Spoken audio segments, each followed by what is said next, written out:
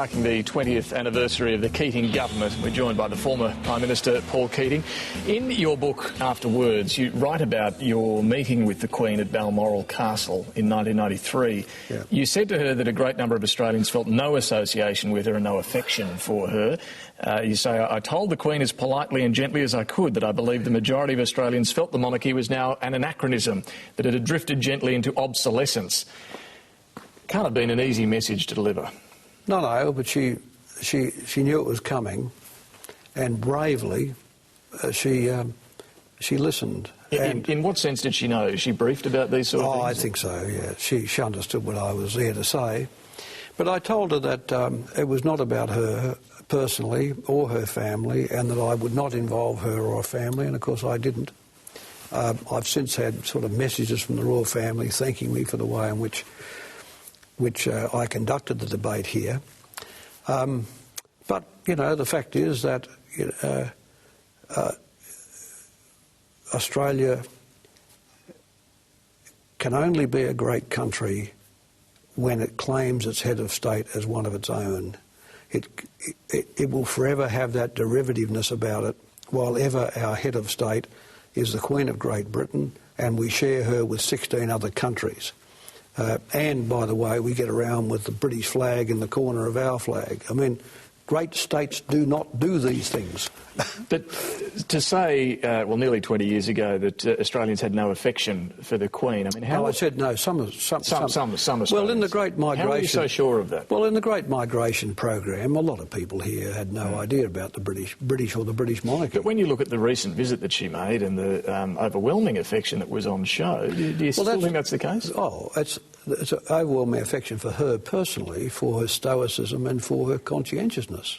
You know, I think that's a perfectly reasonable thing to but not to for recognise. the institution. But not for the institution. I mean, let's say, you know, you've got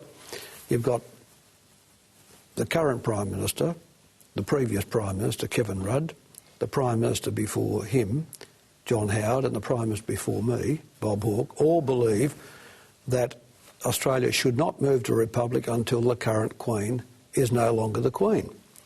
Well, that says a lot about us, for a start. What does it say? Well, it says, you know, what a weak outfit we are, fundamentally.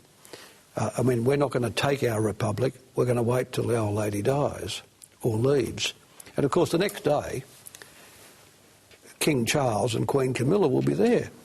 And, of course, they'll say, oh, let's give the new bloke a go.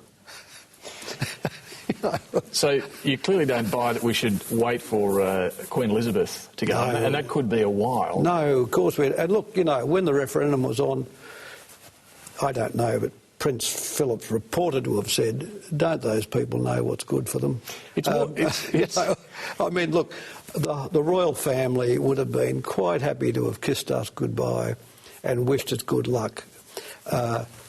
And the Queen would have come here, as I said to her at Balmoral, in an even bigger reception as the head of state of Great Britain, rather than a pretend head of state of Australia, and not pretending constitutionally, but pretending in a sort of national sense.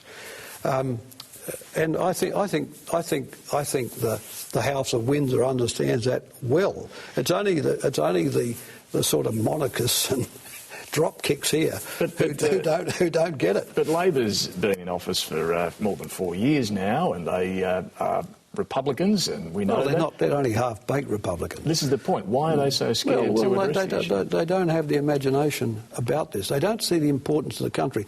The Republic will say much more to us about ourselves than it will ever say to anyone. I mean, you just imagine the impact on this country psychologically of the shift to an Australian person as our head of state. It would have been huge and will be huge.